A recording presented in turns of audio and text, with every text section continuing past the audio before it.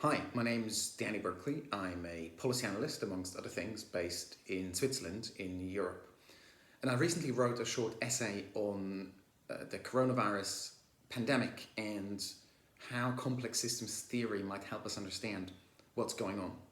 I wanted to say a couple of words about that essay. Two things, however, before I start that are really important. The first is today is Monday, March 23rd, 2020. And that's important because we're in an incredibly dynamic situation. We're learning about this every day. And everything I'm saying might well be out of date by the time you watch this. The second thing is this. In a situation like the one that we're in, it's incredibly important that we get the best possible advice. And the best possible advice naturally comes from people who have made it their life's mission to study epidemics and infectious disease. And so we need to be looking to the epidemiologists, the virologists, the public health experts, the complex systems modelers, and many others. And so the spirit in which I wrote the essay and the spirit in which I'm recording this is simply to take complex systems theory as a lens to look at what's going on and to maybe help us understand why experts are as worried as they are and why they are suggesting and recommending the kinds of policies that they are recommending. Yeah. So I want to quickly walk you through the four complex systems dynamics outlined in the essay and then leave you with three somewhat overarching bigger observations about that. The reason why complex systems theory is interesting is because the pandemic that we're looking at doesn't behave according to linear rules, but it behaves according, presumably, to the rules of a complex system. And the difference between the two is this. We're used to thinking of many problems in the world as mechanistic and linear problems. And imagine a good example for that is a steam engine. A steam engine could be incredibly complicated. It might well consist of thousands and thousands of parts, but it's fundamentally complicated and not complex. What that means is I could take apart this machine, I could study each of its component parts, understand each of its component parts, and then put it together again. And that will give me a complete understanding of what this machine is about. Now, a complex system is fundamentally different. In a complex system, I cannot take it apart, look at its constituent parts, and then understand what's going on. And the reason is that in a complex system, often enough, the relationship between the parts is as important, if not more important, than what the individual parts are doing. And so we need to think about it in a fundamentally different way. And so I picked out four dynamics that often occur in complex systems and that might help us think about this pandemic. But of course, there's a huge amount of literature on complex systems, and this doesn't even begin to cover it, and there are many, many other effects that we could also be talking about. So this, by necessity, is a small window into complex systems theory, right? So the four mechanisms are exponential growth, phase changes, delayed feedback cycles, and leverage points. And I'll briefly run through them. First, exponential growth. You'll have probably heard and read lots about this. You're probably familiar with it. The thing about exponential growth is that most of us just have a really terrible intuition about it. We look at small numbers increasing, and we have a hard time imagining how quickly these really small numbers will turn into really, really big numbers.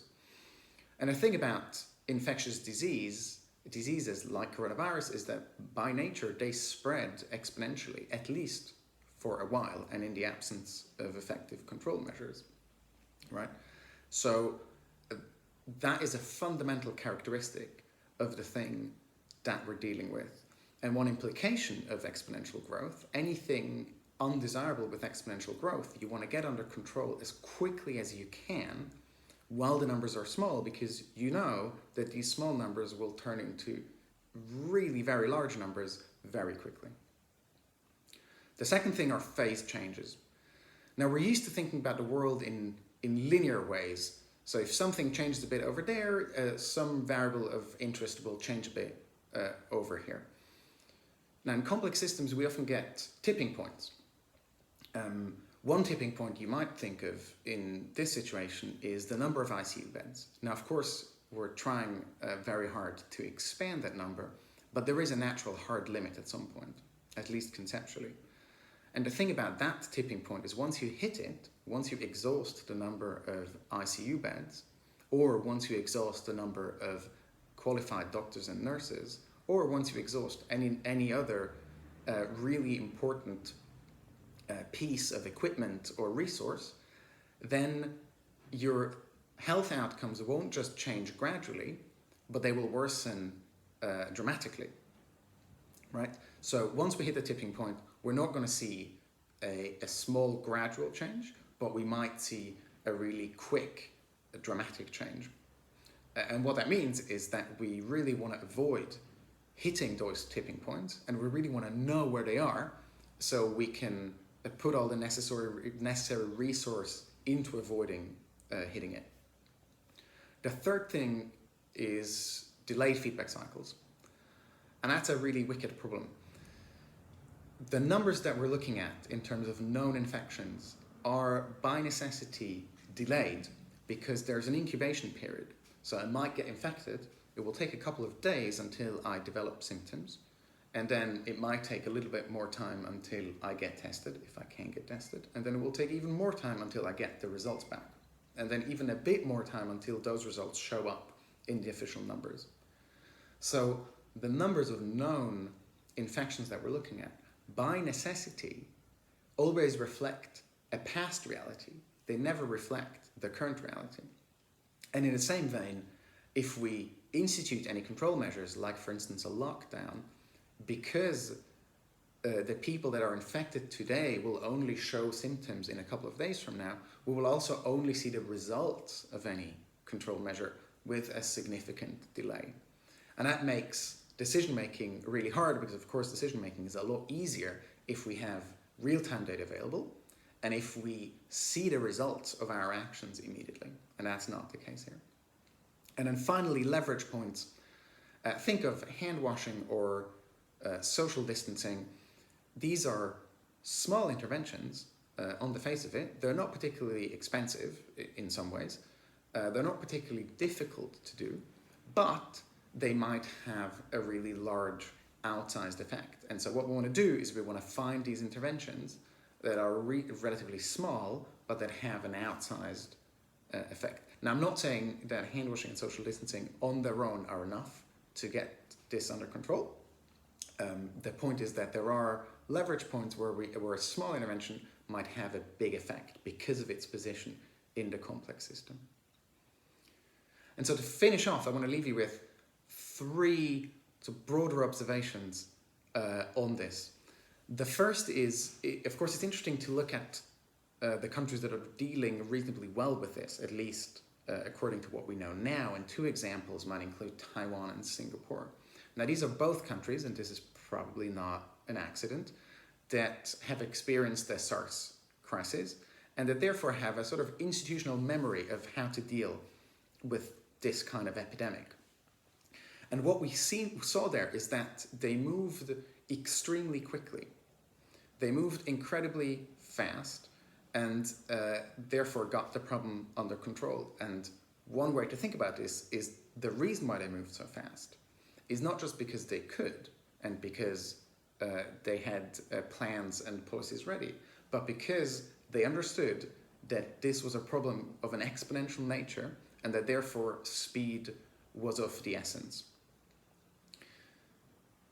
The second observation is that in any complex system, we really want to watch out for second, third, fourth, etc. order effects.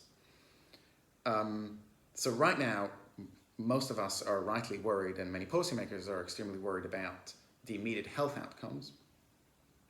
But of course, there will be an incredible number of knock-on effects from that. For instance, in Europe where I am, a couple of countries, Italy included, Switzerland, France, have instituted some form of lockdown. And a worry that's coming up now very quickly are two things. One is mental health. What is this doing to the mental health of people when they need to stay inside this much time? And the second thing related to it is domestic violence. So now parts of government very quickly need to reorient around these second order effects and think about what they might need to be doing to address these. And of course, that will go on. And then the last and maybe the most important reflection is this, that in a situation like this, it seems to invert the usual logic of policymaking. And the usual logic we use is to be really careful and deliberate and to try to avoid doing any harm. And that of course makes sense, because in any complex system, it's really hard to really know the effects of any intervention. And so we want to be really careful before we intervene, and we want to get all the evidence we can to make sure that we get this right. The problem is, in this situation, with a problem that expands in exponential fashion, that logic breaks down. It is much more important, arguably, to act quickly and be directionally right than it is to be exactly right. Because if we wait until we know what we need to do to be exactly right, it might well be too late. The problem with that, of course, is that if you do that, it might well look like an overreaction. Particularly in a population and in a political system that isn't used to these kinds of pandemics.